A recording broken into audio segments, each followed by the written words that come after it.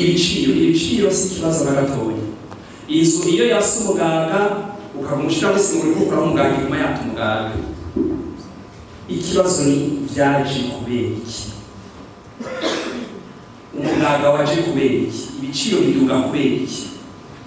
Kuguma turondera amafaranga twongeza ntibibutse ibiciro kuduga. Ikibazo ni kimwe, twembesishije amahera angahe mu gihugu kugira ngo twimbure. Hembesishwa amahera angahe? Nerekanye neza ingene abanyapolitiki b'abarundi ingene biyumvira. Umwanya w'amatora wufata nko kurongera akazi koroshe. Bahashitse babaza kuduza ibyo bakeneye, ama-intendance, ibyo biha, imiduga, ibitoro bakabiduza. Ibyo nivyo biduza ico bita les frais de fonctionnement, le budget de fonctionnement y'igihugu. Tugasanga le budget d'investissement mu busa naco ingana. Nico gituma abarimyi uno musi bariko baravuga bati tugira amase tugira iki. N'amase babaha ugasanga ari denaturé, yakozwe n'amaforomire akwiye kugira ngo kubera bakagira ati gira amase abirari n'uburyo bapise. Twembesisi kugira abantu barime, twembesisi kugira abantu borore. Ivyibare by'abategetsi sivyo bizotugaburira. Ni ibice no musi 24 by'abarimyi bategezwa kurima bakorora kugira batugaburire. Igihe rero abategetsi baza ko bazoja kurima ngo batugaburire, igihe bajana mu dufaranga dukeyi twabo bafise ngo bariko batwereka akarorero, ntaho dushobora gushika. Dutegerezwa kwembesisa. Mwene yishu rero ntiza gukwina mukwi. Tukiri abana hari mu majisi kwa Metrezubera niwe yavuga ngo agira akantu twaza umuntu arataye ibiki. Ibyo ntibibaho. Dutegerezwa kurema inyishu turondera. Umuvyeyi ashobora gusiga umwana muhira akamubwira ngo ntihorere mwana muri naje nzokuzanira iki, cyangwa se musako kwezi nzokuzanira umwana agahora. Igihugu sico. Igihugu kirimo abantu baciye ubwenge bazi baja imiliyoni 14 bakinira kubaho. Twembestisiki utubibanye. Si ikibazo rero cy'ububeshi cya propagande, ni ikibazo cy'ubwenge tuza kubimenya. Uno musi igihugu cy'uburundi gifise MBJ igera ku miliyaridi 550. Bagerageza no kwajisa kugira ngo barabe ko bishoboka ko amahera ataboneka. Mbega hategurwa ngahe kugira ngo uburimyi butere imbere?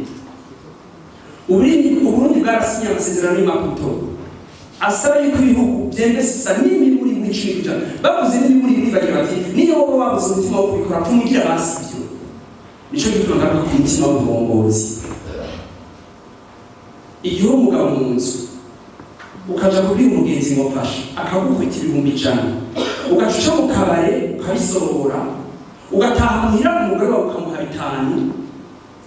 abana bawe bagusaba ikintu ukababwira ibindi, ubushaka ko ejo umuryango umererwa neza. Twembestisiki kugira ngo tumererwe neza.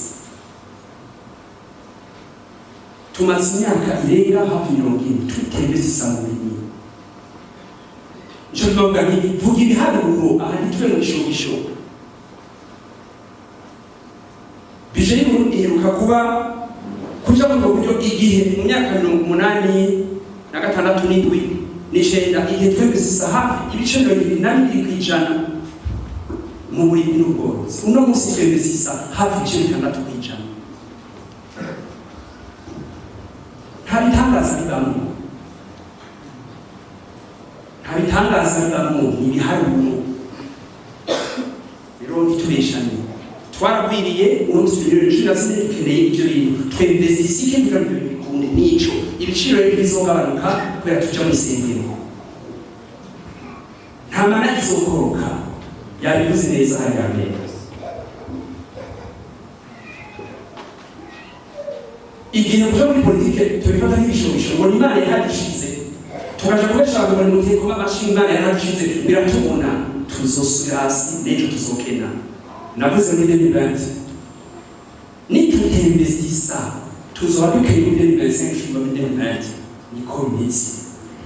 Nuno musi rasubire nitutembesisa ubundi buzoba bukeye muri 2030 tuzoba musi mubitahure ibyo gukina. Genda misero cha kumeke. Musenge uvuga bashaka kubera musipate Bibiliya. Tuzokena no gupaduhere. Imana sikicucu. yari kudushira ku isi iteretse hagati bikavuga ati mutembere ku isi mutembere mutarya mutaye mafasha mugira niba yaduhaye amaboko n'amaguru nuko yari isi biri ku isi itegurwa igakorwa. Inyishu rero ni investissement, dutegereza kugira investissement. FPR yerekana neza ingene tudashobora na gukoze bakose kubaho tuteresa minimum y'ibihumbi kwijana y'amahera ifise. Ivyo navyo ntibishobora kutagira wa mutima nico kibazo. Kubera mu butegetsi mwakanya gato imyaka 5 10 babakuyeho ninde muri twebwe ari prêt yo kwemeza amamiliyaridi ibihumbi kugira ngo barime azi neza ko ejo atashaka kubura mu myaka ibiri naho ikibazo gihagaze. Iyo mu gihugu abantu bakurikiye intunganyo z'ivyo bihugu bagatuma haba uburongozi bifuza, ubwo burongozi butegerezwa kubashikana ku byo baba bemeye. Abitoza mu bihugu baba bafise amaprogramme inginganizo z'ingene batunganya ibihugu. Muri ivyo rero hariho ibintu bitahara, nivyo muba mubajije ivyo bifuza. Bishobora kuba ari ibintu bijanye n'ubutungane, kumererwa neza, ibintu bibajana mu bintu bituma umutekano wabo kumererwa neza babironka. Ni ibintu bijanye n'ubuzima bwabo, nko kubaho, gufungura, mu kubaho, mu kwirongera ico bifuza. Ivyo bintu rero nivyo no kwita ni ibintu bito ntahara mu bintu ntaba yifuza. Abarongozi rero barategerezwa kwishikana ko abantu. Muri ubwo buryo mbangira nti dutegerezwa kumva yuko umurongozi ataza kurongora igihugu nko kurongera amaraha, ategerezwa kumva yuko ari umutwaro aje kugira ngo uko abantu bangana abahereze ivyo ategerezwa kubashikanako. Si umwanya wo kurondera wiza abansi mu gihugu, kuvuga abameze neza n'abatameze nabi. Uba ari umwanya wo kumva yuko umurundi wese iyo ava akagera arakeneye ibimubumba nk'ubuzima, arakeneye n'ibimubumba nk'umuntu mu kuronka umutekano, mu kubaho, mu gutunganirizwa n'ibindi byinshi. Nivyo twadushaka. Ubwa mbere nuko amatwibutsa abantu yuko amahera amareta akoresha n'amahera ava mu banyagihugu n'amakori yabo, ni kuvuga yuko ingena tikoresha uteza gukoreshwa neza ku ntumbero yo kubateza imbere. Iyo rero ndiko ndagereranya sivyo jiwe mvuga, ni biharuro bihari biba byatanzwe n'ubumenyi buhari. Amareta yari ariho bakera twikukira n'ibindi, nuko yuko abantu bari bakigera mu rugero humva yuko amahera y'igihugu akoreshwa muri ivyo, niko babitahura. Twagiye turatera imbere aho abantu bumva yuko muri politike abantu bose babishitsemwe bibaza yuko amahera ya leta bayakoresha uko bavyumva. Izo ngereranyo rero turazivuga kugira ngo babitahure, ntibibaze ko iterambere rizokoroka rivuye mu ijuru. Uno munsi igihugu cacu carasinye amasezerano n'Imaputo, ayo avuga yuko n'imiburi buri bihugu bitegerezwa gushira amahera 10% c'amahera baba bafise ku mwaka budget bayashire mu by'uburimyi, ibintu bituma abantu baronka ivyo bafungura. Nigihe ibihugu byaje hamwe bikagira bati birateye isoni kubona ibihugu bya Afrika dusonza kandi turongoye ibihugu kandi dushobora gutuma abantu bafungura. Izo nyigo niho zafatwa. Igihe rero mu gihugu abarongozi bumva n'imiburi buri yuko botanga ivyo mbagira ntivyo hoshimisha, niho ngira nti abarongozi b'umutima bo kumva yuko boshira na 20 na 30 kwijana igihugu cyo kuma kibura ibindi bishoboka mugabo kigaburira abana bacu. Ico gituma mvuga nerekana nti ibiharuro birabivuga, si jewe ndiko ndabivuga, menyesha abantu ibiharuro ntavyo ndiko ndarema, nukuri kuri ngaho. Uno munsi budget ija muri ministeri y'inaka twese turashaka kubimenya. Abarundi ntidukunda gusoma, ntituraba tuzi gusa ko bazobiteza imbere, bazobikora ku gushaka kwabo. Ibikunda niturabe ico bikora, habe na control de budget. Mbega ya mahera mwari mwavuze ko akora ibi yarabikoze, yaragize ibi, naho twateza kuja mu rugo rugero. Twumve yuko inzara idutera izohera kuko umuryango wa Makariyo wa Nahimana wa Karori wa Ndenzako bazindutse kurima. Ni kubera igihugu c'investisa kugaburira abantu imiliyoni 14 sigihamana umuntu akora vyutse ngiye kurima. Ni migambi ikomeye dutegezo gukora kugira tugaburira abantu bacu, tugaburire n'aka karere, biva muri investissement dukoze. Ivyo navyo biri muri urugero rwa mbere navuze. Imyimbu ni myinshi, hariho ibiva mu burimyi n'ubworozi, ivyo ni kimwe. Hariho nibiva mu by'ubutare, ibintu dufise byose guhera ku musenyi, amabuye, ivyo bintu byose ducukura mu gihugu cacu kugera ku nzahabu. Mbega bicukurwa gute, bizana umwimbu garagute? Umwimbu ugira kabiri ni ingene ivyo bintu bihindurwa kugira ngo bizana kandi gaciro, ingene abantu babihana bikaja mu rudandazwa. Ubwa gatanu ubwenge tubikoresha kugira ngo uwo mwimbu wiyongere. Igihe iyo myimbu itanu rero tutayiha agaciro, tukagera naho tujakaza ubwenge, tugafata yuko abantu bafise ubwenge umengo ntaco bamaze, ngo nta mahera bafise, tuba turiko turibagirwa ko igihugu gitezwe imbere n'imyimbu gifise. Amahera ni hava igihugu niho gitera imbere. kijya rero gitoyi navuze c'uburimyi ni kimwe mugabo l'investissement gushora amahera ya leta mu by'umwimbi bitegeza gutwara igice kinini cyane gose uhereye kuri bijya navuze by'uburimyi ugashira ko ibyoja mu by'ubutare ibaze ibyo tegeza kuja mu byo kwigisha abantu n'ibintu ibyo kwigisha abantu mu byo guhingura ibintu mwibaze iyo myimbo ingene ingana. Ego Francis ROHERO musaza murongoye umugambwe FPI ineza aho biboneka ko hasigaye amezi atatu kugira tuje mu matora bega mwebwe kurubuga mubona urubuga rwa politiki hameze gute bega hari intambamyi mwiko murahura bigeze kuvuga gatoyi ko hariho iterabwoba eske aho bahamaze kuba iryo terabwoba bivuga birashikana ibintu nakundire kwisunga kuko umengo mbashatse kwerekana ko ari byo birema ibisigaye mu bintu byinshi bituma imigambi ishobora gutera imbere ni byinshi. Icambere iki gihugu carateye imbere mu by'ubukene, abantu bari mu migambwe abanyagihugu benshi barakenye no kugira ngo bashike nkaha tugira amanama barabura ingene biyunguruza. Ico ni intambamyi ya mbere kugira ngo abantu bashobore gushika kugushikiriza ivyumviro byabo. Natwe biraturanye ingene dushika hirya no hino mu gihugu tuje ngo ico ni cambere. Ikigira kabiri ni ingene n'abantu batahura ivyo bintu. Kimwe navuga abantu baragira n'ubwoba niyatanubbateye bagira bati jewe sinoba nkije muri politike tuteza kwigisha. Hariho n'uwataco yabwiwe mugabo yumva yuko hari impambazi abitinya. Urundi rugero nubwo bw'ubwoba bugushobora gushikwa urutegwa n'abantu aho byashitse abantu bari ku maliste bemerewe kwitoza na seni ugasanga hari abantu telefone bababwira ngo nimuve mu rujya mugamba kandi bazi neza ko barigishijwe nabone babizi ko naho umuntu ava kuri iyo liste bidakura iyo liste. Ni ibintu rero ikibazo singene babivuga, ikibazo subwo bwoba ni wa mutima w'uburongozi dushaka kuduga mu bantu. Igihe twigisha tuduza umutima w'uburongozi ivyo bintu niho bihera. Rero twebwe sinovuga ngo ikibazo kuri twebwe ni ibisokoro bishobora kuvugwa kuri twebwe ni umutima w'abarongozi ingene dushaka kwigisha abantu. Rero mu ntumbero yuko tuja muri aya matora ariko aregereza intambamyi sizo dushira imbere ububwira bwacu ukukubahuka kuko no mu bihe byose by'amatora abagiye baragira aho bagera si kubera amareta yaborohereje ni kubera bari bafise ubwenge babigira bitonda bakabishikako. Rero kenshi uzo kuma muri FPI umengo tukoresha imbere ngo baratugira ibe oya ivyo sico ikiyago cuno munsi no guhumwizera abantu no kubabwira yuko turi mu rugezo gwikutegura kazoza cy'igihugu kandi ko atakizo tuzibira uko bizoba hose.